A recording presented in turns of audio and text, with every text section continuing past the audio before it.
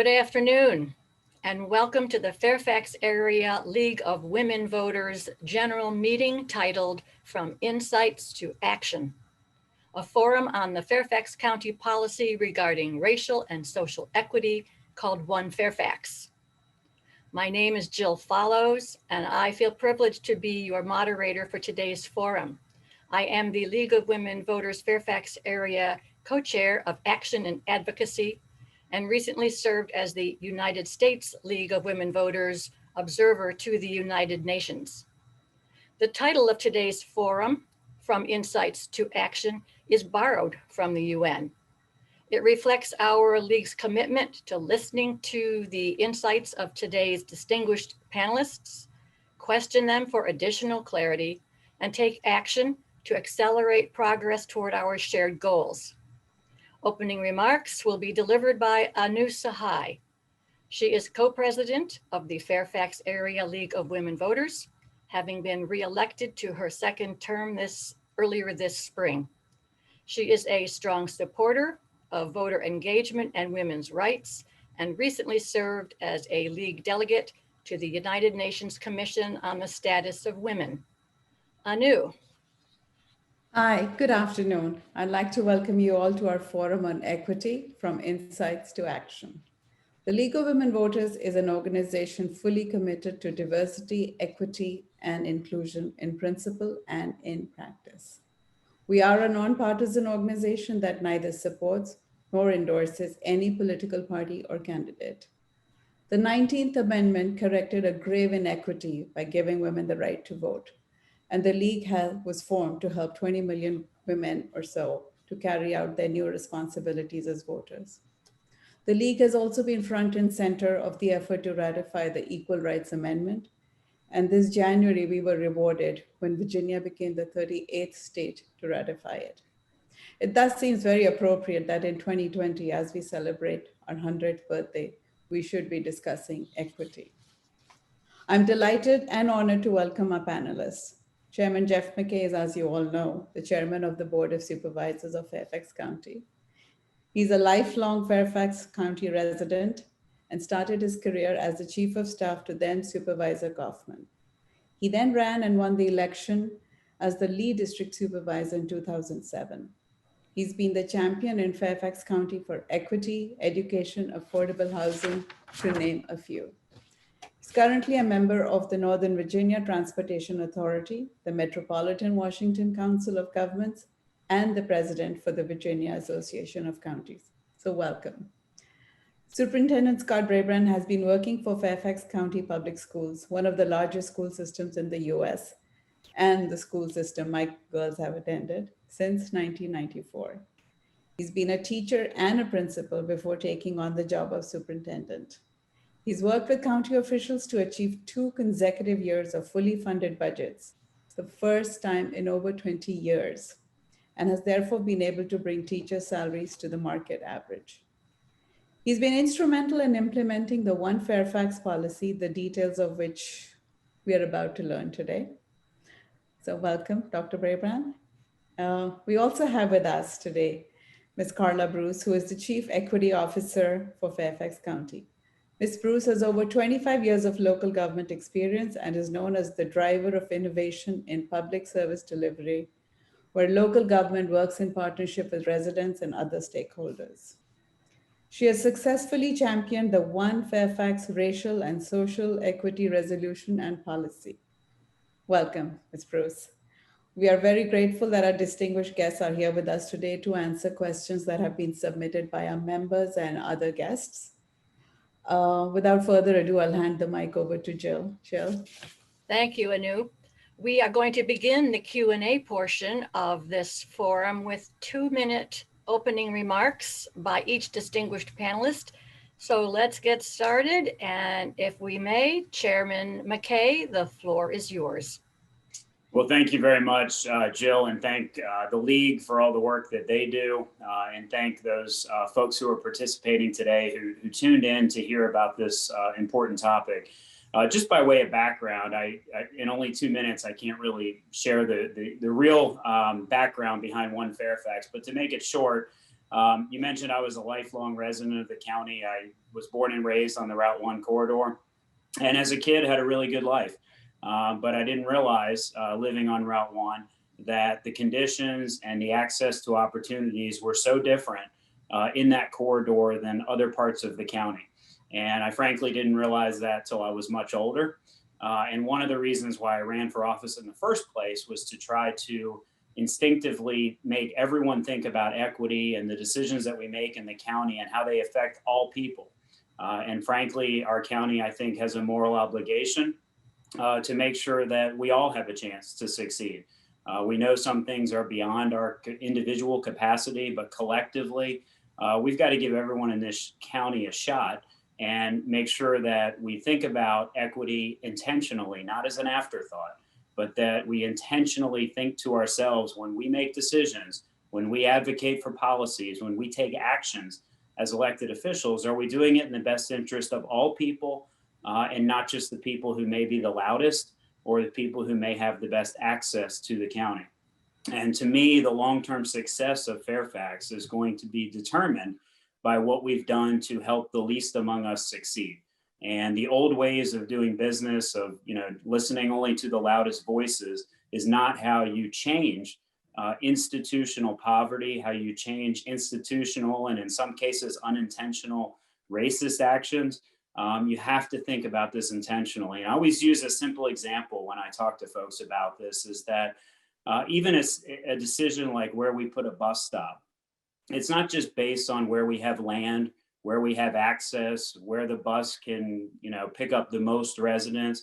It should be also based on where we put a bus stop could actually change the entire trajectory of a family or an individual's life. It's access to an economy. It's access to opportunity. It's not just a public works project. It's how can you take something like public transit and make sure that you're intentionally asking yourself when you make that investment, are you helping the least among us have a shot and have an opportunity? And I'm looking forward to this conversation, but I would say that critics of this policy, and there are some critics, have come out and said that in order to do this, in order to promote equity, you must take something away from somebody and give it to somebody else.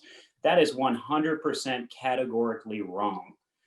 It is a complete misinterpretation of what we're trying to do. We're trying to say, in areas that don't have access to opportunity, how can we bring that to them so that all parts of the county can rise together? And we know that there are many studies, many statistics that show the disproportionality in Fairfax County and in the country. And we have a moral obligation as the largest county, a well-resourced county in the Commonwealth of Virginia, to set an example. And I am proud to say that when you look across the country, many other counties, many other states, and even as a nation are starting to look at this issue of equity and breaking down past decisions that have been made and saying, how can we chart a course better as we move forward for everyone? And so as a co-author of the original One Fairfax policy, this is not just a policy for me, it's a passion. And I hope you can tell that, and I look forward to the forum. So thank you.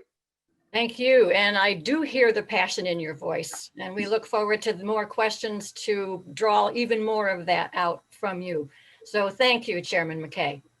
Let's turn the program over for a couple-minute opening remarks, please, from Superintendent Bray. Well, thank you, Jill. Good afternoon, everybody. Those remarks from Chairman McKay really do set the tone. The One Fairfax policy is about racial and economic justice and equity for all of our residents in Fairfax County, and particularly our students. And COVID-19, more than ever, has shown us the inequities that exist, inequities in access to food. And we've delivered almost 5 million meals through our food and nutrition and our transportation workers since COVID began. Lack of access for internet and computers, and we've distributed tens of thousands of computers, brand new computers, to our high school and middle school kids, and we're putting in new computers now to our upper elementary kids, and we've given internet access and computers to all children as we've been in this COVID-19 pandemic. So really proud of some of the work we've done. But there's a lot more to do. We have a lot more to do around our discipline procedures, and we've been revamping our school rights and responsibilities. around our advanced academic programs and how to expand opportunities for more kids to have access to advanced academics, including looking at our policies and mission policies for TJ, which I know has gotten a lot of attention. But again, equity work is not easy work, it's hard work. And it really is being sure that we're speaking for folks that sometimes have not had a voice. And that happens to be many of our students and our parents and families. And I look forward to the conversation today, and I appreciate the League for creating a forum for this kind of conversation. I think it's very important. So thank you very much. Thank you, Dr. Bray Brandon. We agree. Equity work is hard work, and it certainly appears as though there's a great deal of collaboration between the public schools and the county leadership in moving this policy forward. So we will have more questions that'll help draw that out. So thank you for your opening remarks. You're welcome. Let's now turn over and we welcome the opening remarks of Chief Equity Officer Carla Bruce. Thank you very much, Jill, and to the members of the League of Women Voters for the invitation to today's forum. I'm really excited to be here and participate in this discussion with our community. I thank my fellow panelists for exercising such tremendous leadership on this journey to become One Fairfax. And as was just noted, this has been a unique opportunity for the county government and the schools to work together. And in fact, it's my understanding that the One Fairfax policy was the first jointly adopted policy of our Fairfax County Board of Supervisors and School Board, recognizing that while Fairfax County is a great place to live, learn, work, and play, that not everybody is sharing in that prosperity. And what's uniquely significant about this One Fairfax policy is that it acknowledges government's role in producing the inequities that we see, and therefore also brings government's commitment to addressing those inequities through changes in policy, in practice, how we work together across our systems, and also how we work with the community to better understand how the doors of opportunity have been opened and closed to different populations. And as Chairman McKay mentioned, different areas of the county. We know very well that there are certain areas of the county that have not flourished in the same way as other areas of the county. So our strategy in terms of One Fairfax is really focused on at a population level, but also on a geographic level, to bring opportunity to those areas of the county where opportunity has been lacking or where there have been barriers to opportunity from across the population. So again, very excited to talk today about what we're doing within government, but also want to use this as an opportunity to realize that while government plays a major role in advancing and addressing equity, it's really the role of the community to support a pro-equity policy agenda and to conduct activities within the community that can really complement that pro-equity policy agenda. And that's what's going to create better life outcomes for all residents in our community. Thank you, Ms. Bruce. We look forward to particularly asking you questions about the implementation of this policy. We know this is your expertise area, and we are very much looking forward to your comments. I hope you all notice that I am no longer available to be seen on video. So my voice hopefully is still being heard. I can tell by the nods of some of the panelists.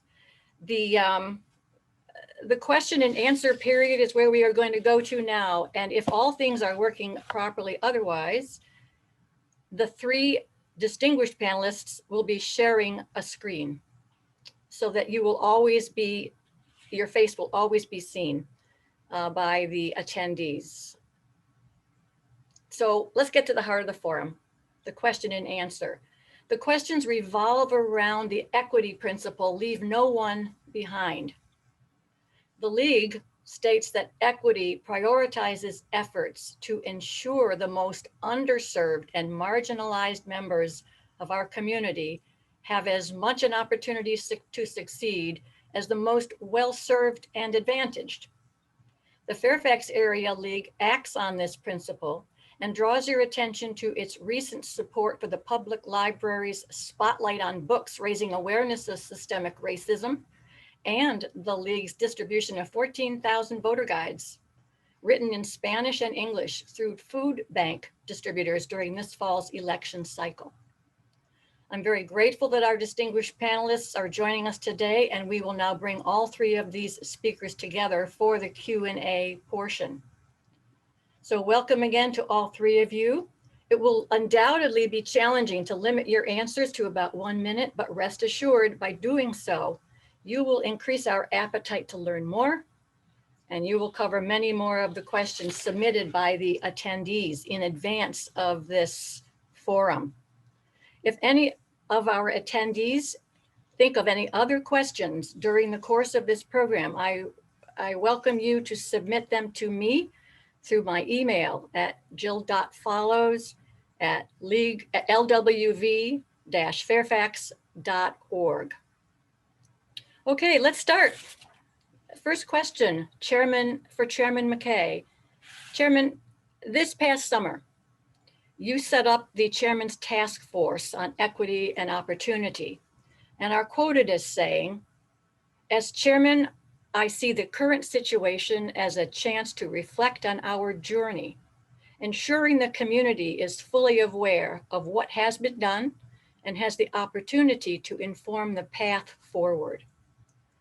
Question has been raised, how did you pick the 43 community voices to serve you on the task force? Well, thank you for the question, and thanks for acknowledging the task force, because I do think it's critical work that's being done to advance One Fairfax to the next level.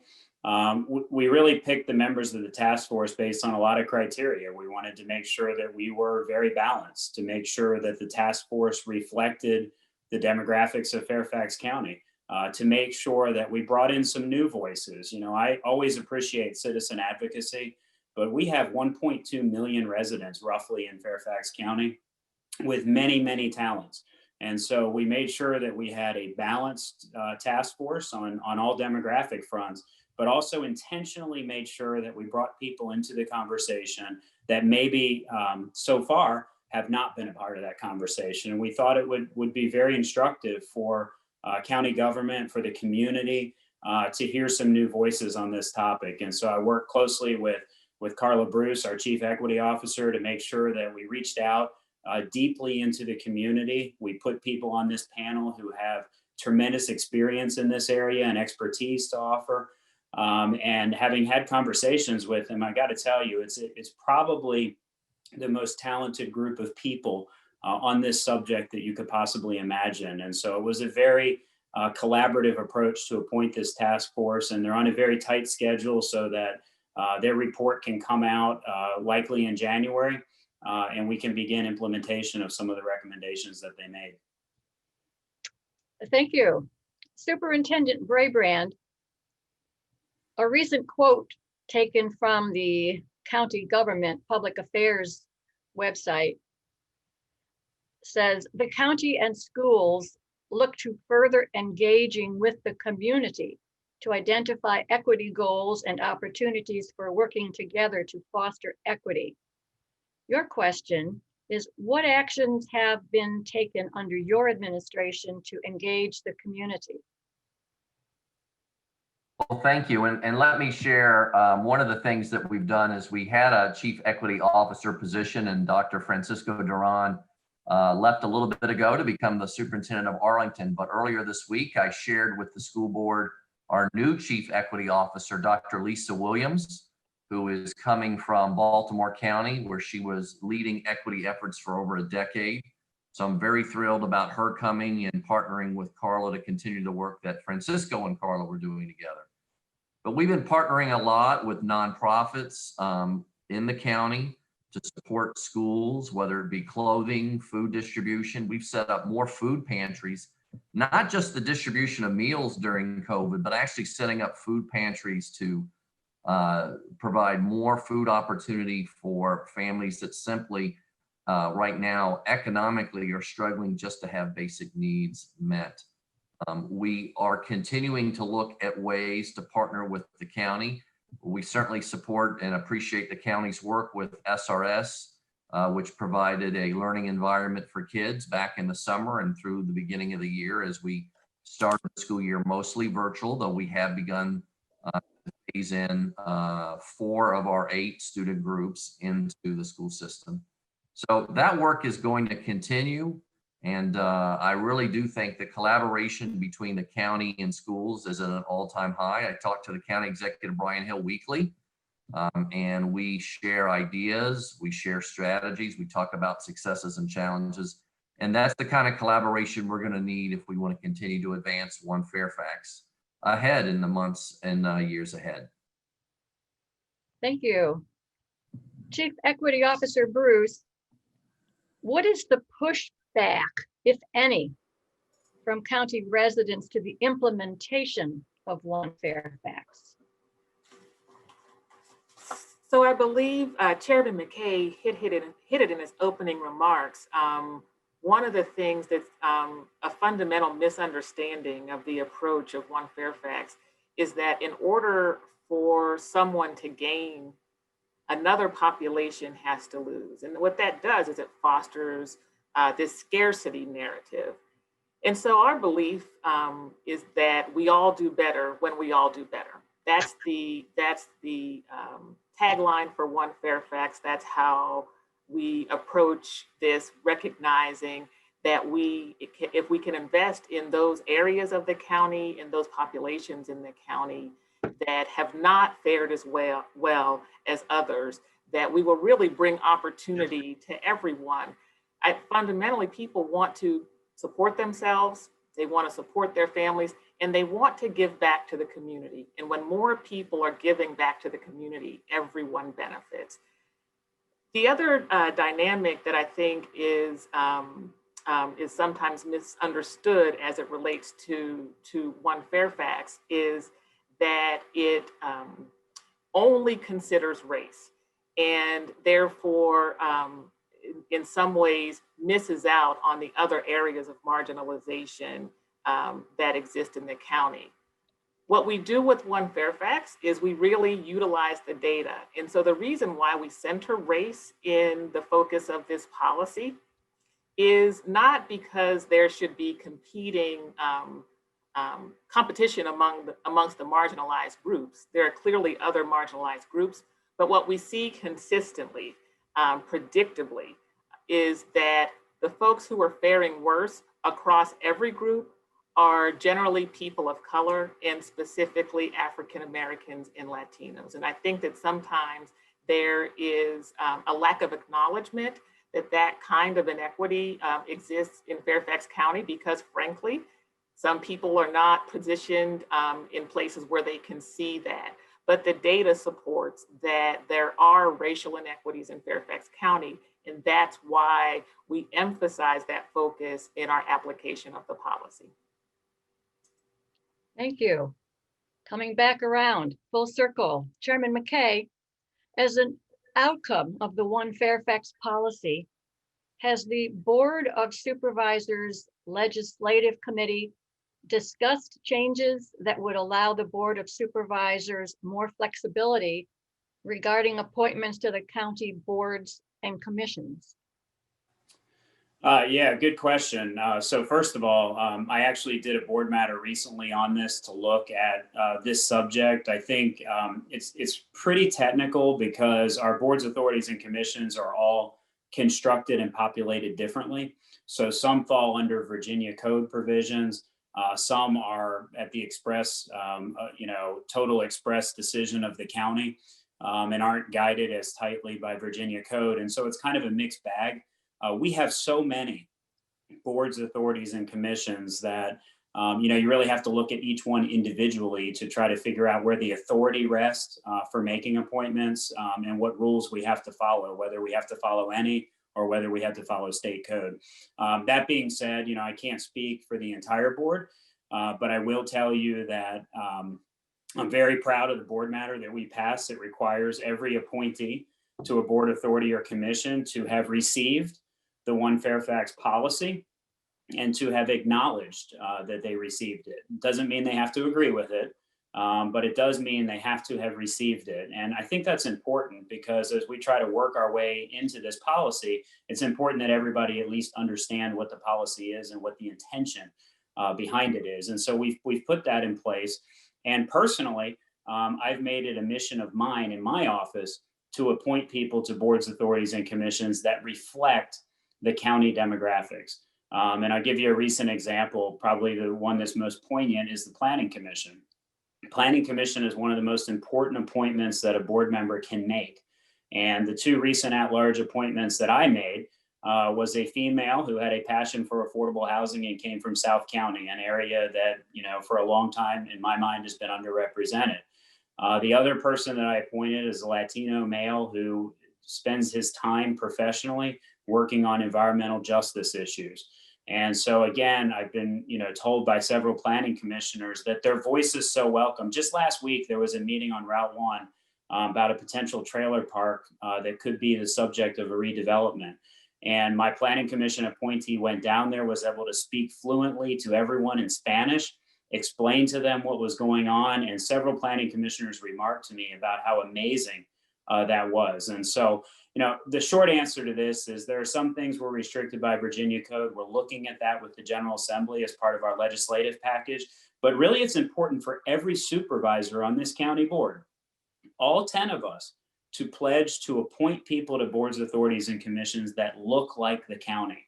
And it's vital that we do that for the long-term benefit of Fairfax County. And I've committed repeatedly to do that and am doing that as we speak. I believe if you could hear applause, you would be hearing them right now. Superintendent Bray, 2 days ago, the Virginia Attorney General's Division of Human Rights released its findings from its investigation of the STEM school in Loudoun County. The overarching finding was that the admissions policies had a disproportionate adverse impact on Black, African American, and Hispanic Latinx students. How might this report inform the Fairfax County Schools practices and policies, and particularly the current school board discussions regarding the TJ, Thomas Jefferson High School for Science and Technology? Well, thank you, Jill, for that question. I think it's timely to see the Attorney General come and speak about what's going on in Loudoun County schools. And I know the superintendent there, Dr. Williams, has been working hard to address issues around equity, racial equity, and around the academies of Loudoun. I think it supports the work that superintendents have to do and that we are doing here in Fairfax. I know for many, TJ is a third rail. Why are we looking at this? But we have had year after year, decade after decade of very few kids being economically disadvantaged that even go to TJ. It's less than 3%. Very few Latinx kids, very few African American kids. And we have diversity in our advanced academic programs far beyond what is currently in the admitted class at TJ. Our advanced academic centers, we have enough African American and Latinx kids in the centers to fill an entire TJ class, but they're not getting in the admitted class. So something's going on, and we are working hard to do something differently. And one thing the board has already done, as they have agreed to drop the TJ fee. There was an admissions fee of $100, which is a barrier, and to drop the standardized test. And the standardized test testing was taking away opportunities for kids that had talent by only looking at the best test taker were the ones ultimately getting admitted into TJ. And there's more to student merit than just a standardized test. So we're finishing up bringing recommendations to the school board. I've brought a couple proposals. We're bringing a few more this month here in December coming up. And I know what we are going to say. I can say with confidence that we are not going to simply be doing the status quo anymore in TJ. And I think the Attorney General's opinion in Loudoun reminds us that this is the right work to do, and we're doing it here in Fairfax County Public Schools. Thank you. Swinging back to you, Chief Equity Officer Bruce, with a question about the pandemic. How has the COVID-19 pandemic affected implementation of the One Fairfax policy? There is a recent report out of McKinsey and Company in this year, 2020, that mentioned the impact of COVID-19, particularly on women dropping out of the workforce, and that mothers are significantly more likely than fathers to be thinking about downshifting their careers or leaving the workforce with childcare responsibilities as a primary reason, and others such as homeschooling. Black women are 2 times more likely than women overall to say the death of a loved one has been one of their biggest challenges during this pandemic. So how do you see, if at all, this COVID pandemic affecting your attempts to implement the equity policy for Fairfax County?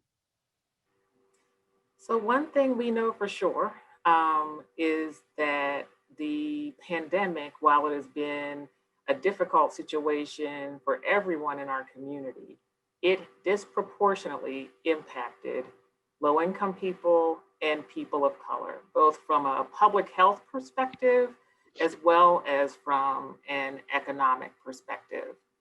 And so I think one of the things about the pandemic is that it's enabled us to apply the policy. It's enabled us to really prioritize our strategies to reach the folks that were being most disproportionately negatively impacted.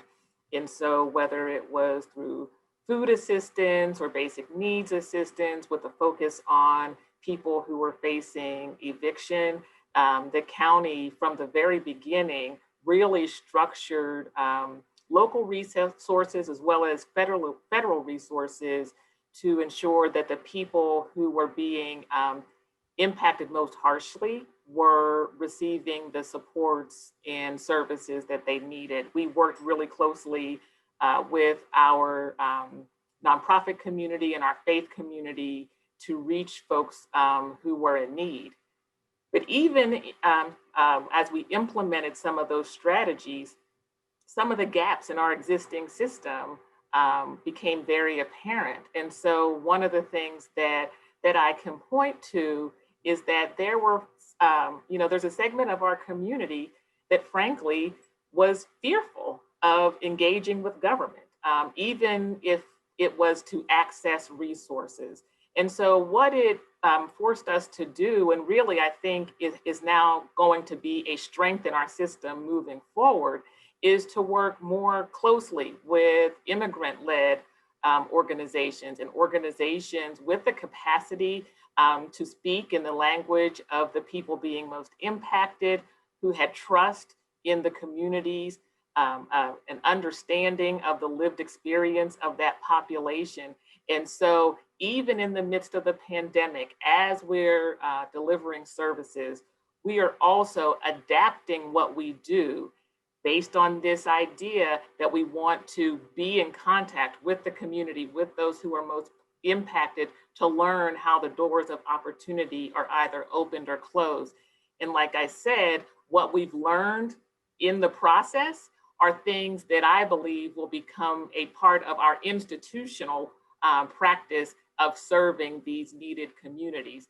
What I will say though about the pandemic that I think is important is, why are people being disproportionately impacted?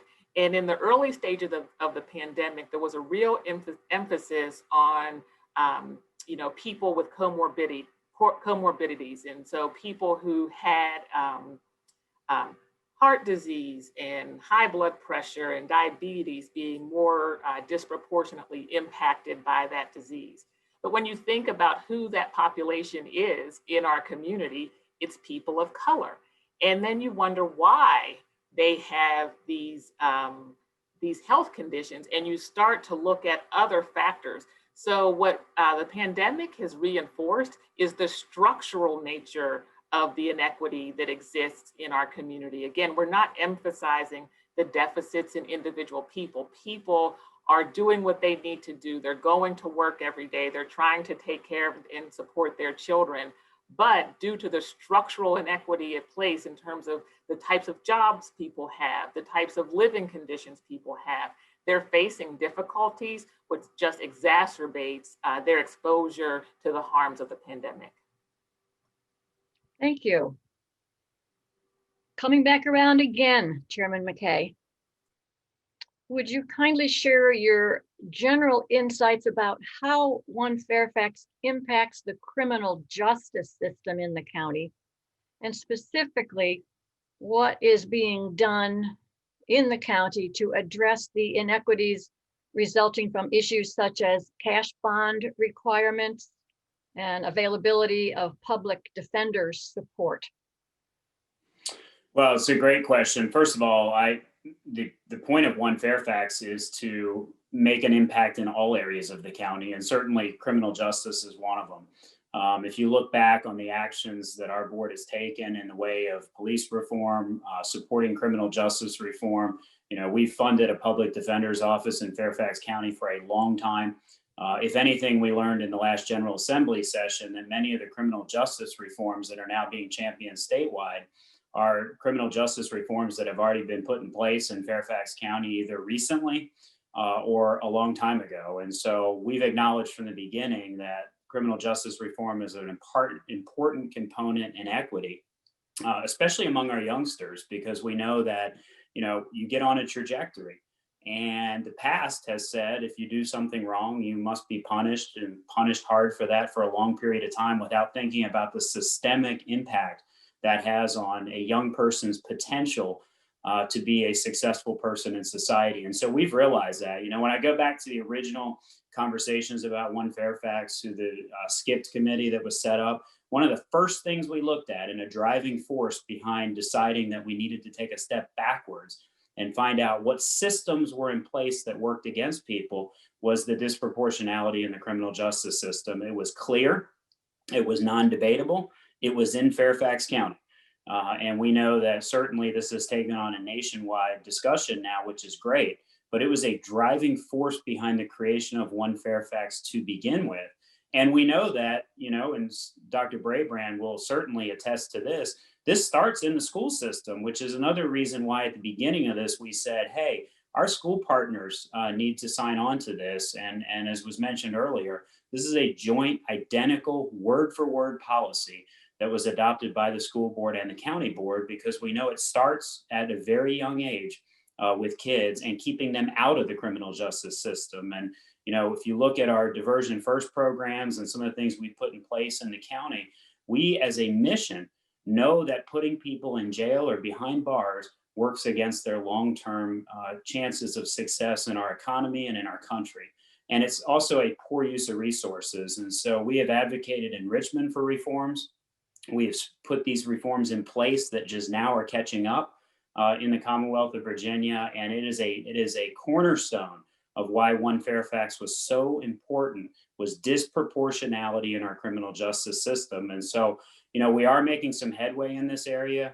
If you look at the statistics, our juvenile detention center is practically empty compared to the way it was just a handful of years ago. And so this is a collaborative work of the sheriff, of the justice system, of the Commonwealth's attorney, of the Commonwealth of Virginia, of Fairfax County. And I finally feel like we're finally looking at this as the long, big systemic problem that it is, and not just a Fairfax County problem, but a societal problem. And, I look forward to continued progress in this area, but the statistics we're showing now are very promising, that we've finally gotten beyond this culture of incarceration. And instead, we're in this culture of reform, counseling, support, and help, getting help to people who need it so that they can be successful, which is a cornerstone of One Fairfax.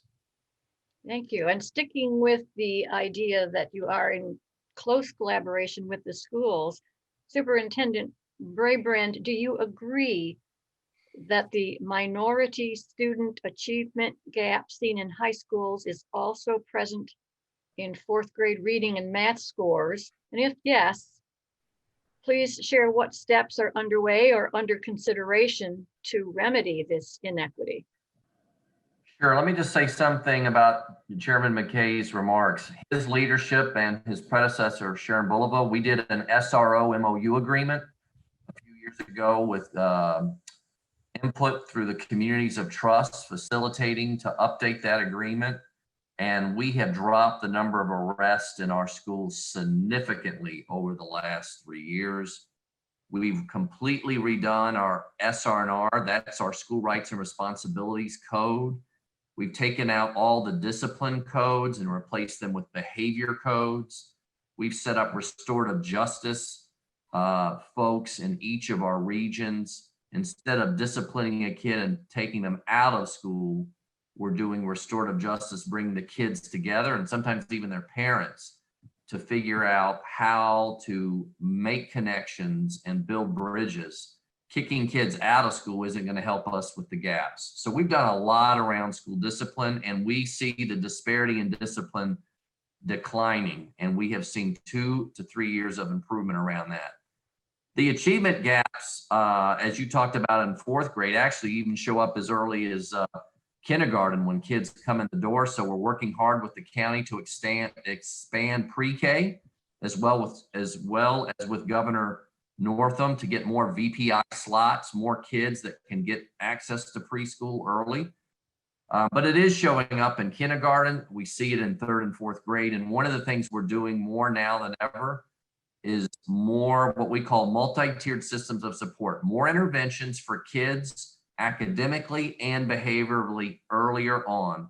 And that's identifying kids by name and by need. It's intervention periods. It's extra time, it's extra support, and we are needing to do that more than ever before. We've just finished our first grade data.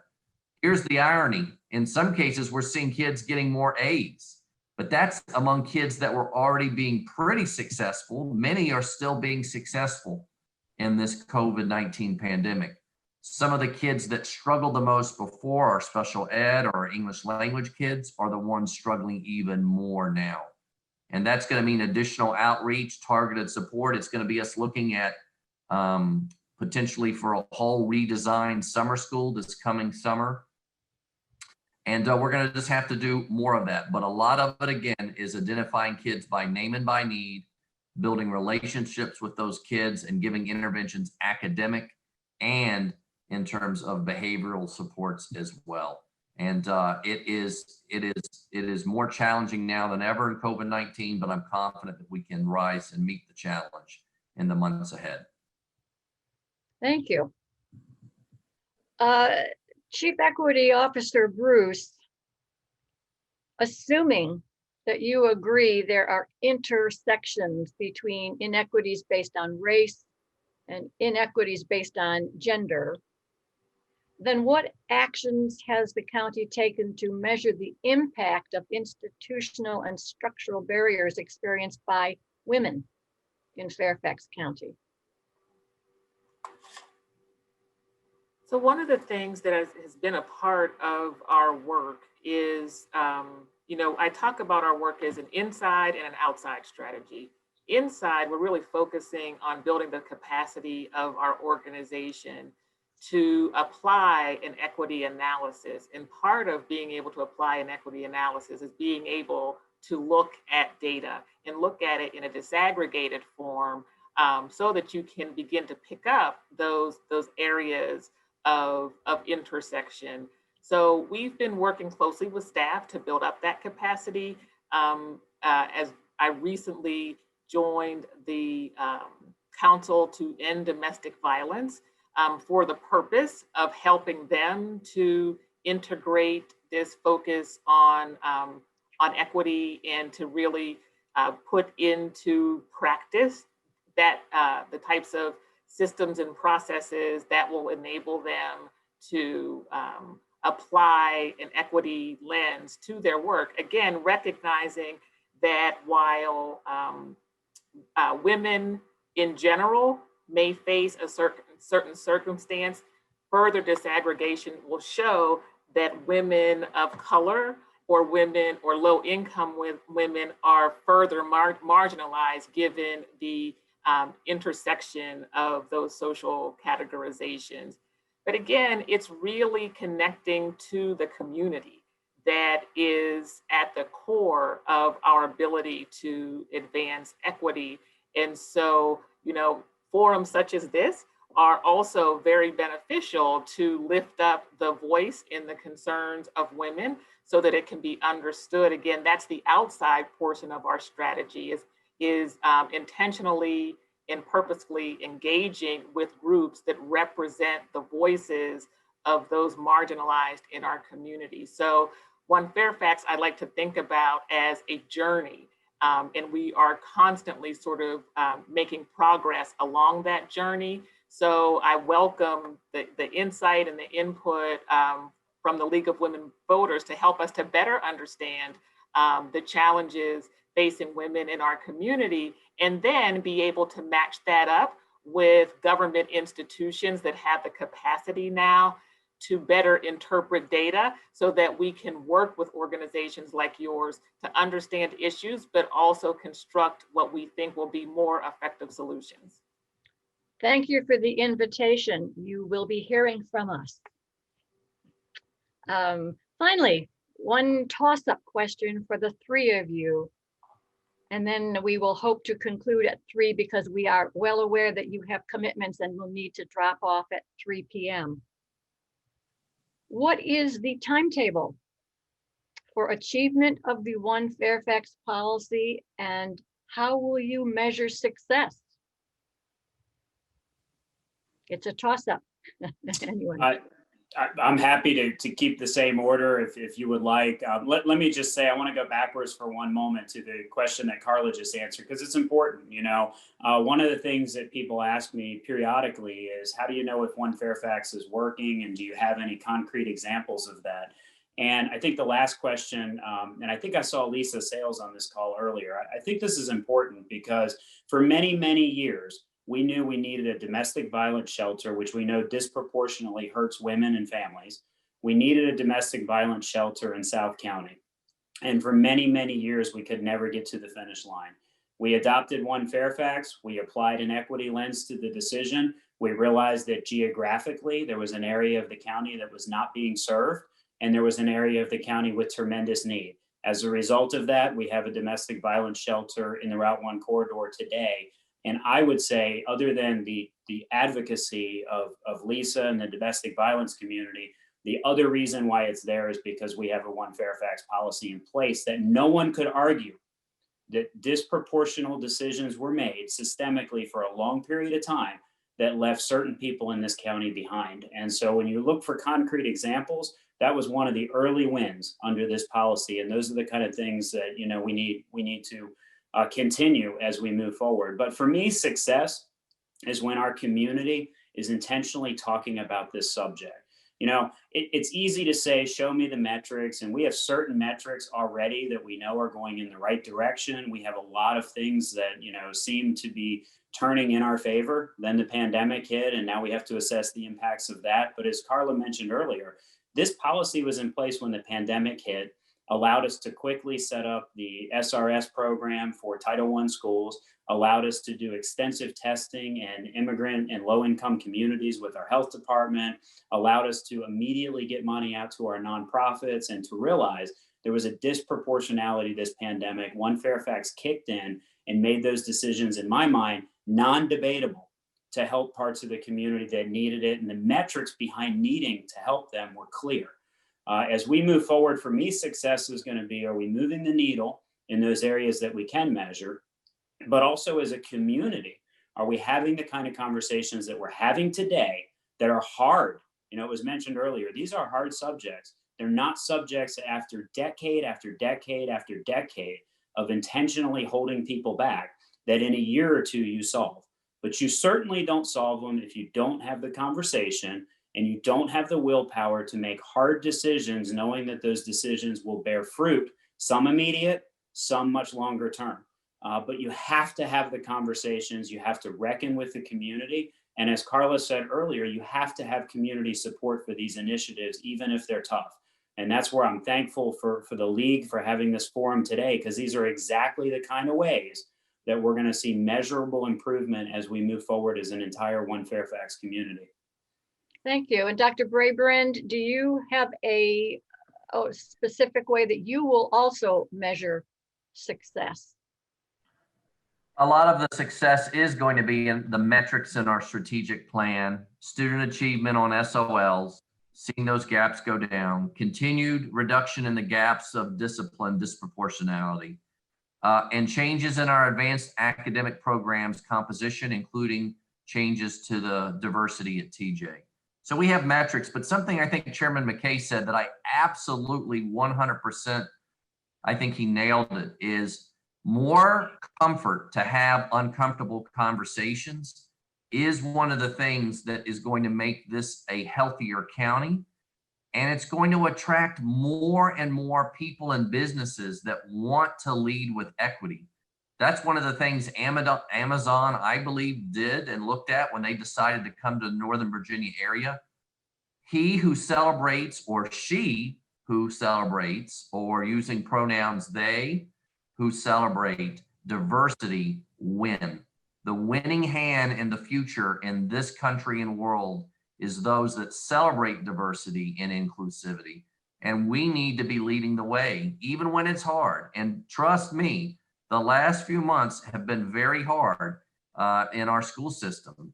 COVID has made us really look at equity challenges, the TJ admissions process, but it really is the right work. And we're going to continue to lean into this work and make Fairfax County schools and Fairfax County, working with the government, local government, a better place to be, so that this is the place people want to raise their families and create businesses and prosper. Thank you. And Ms. Bruce, we look to you to give us your thoughts on implementation of this program and how you will know when you have succeeded, and we will give you the opportunity to close us out with the panel discussion. Thank you. It's always tough when you're the last one because the people ahead of you always say the things that you might have said. But what I will say is that we are, I think, really well positioned as a county. First, beginning with the strong partnership between the county government and the Fairfax County Public Schools. But one of the things that we have to our advantage is that our county executive, Brian Hill, put into place a structure for us to develop our county-wide strategic plan. And when we did that, we named the 9 areas of success for Fairfax County.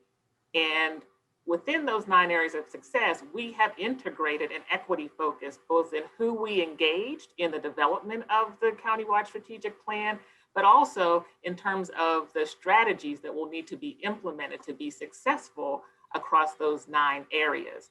So I would say we'll know that we have, achieved the goal of One Fairfax. And again, I will always say that One Fairfax is not about a particular outcome. It's about a commitment to considering equity fully. And so I think when we see a successful Fairfax County and can look at the data across how we would measure success in Fairfax County and see that the gaps have been reduced or closed across all of those areas, across economic opportunity, across health, across housing, across education. When we see progress in the same way we would measure progress for any other group in Fairfax County, that's when we can say we've been successful in applying the One Fairfax policy. And I want to make sure I just reinforce what my fellow panelists said about the importance of the community. It's really a bell curve that we're talking about. We have champions in our community who from day one, before the coining of the phrase One Fairfax, were pushing the county in a direction to support equity for all residents, right? So we celebrate and acknowledge their leadership over the years that has been instrumental in pushing us in this direction. We also know that there's a segment of our population who don't see the benefits. And while we want to work with them to understand, that's not where we're emphasizing our efforts. We're really emphasizing our efforts in the middle, because we want people to understand that success for you is success for everybody. So we really want people to understand that investments in equity are really meant to bring success for the entire county, and expand that group in the middle that I said in my opening remarks, supports a pro-equity policy agenda, supports the ability for people to be able to contribute to our community and contribute to our economy.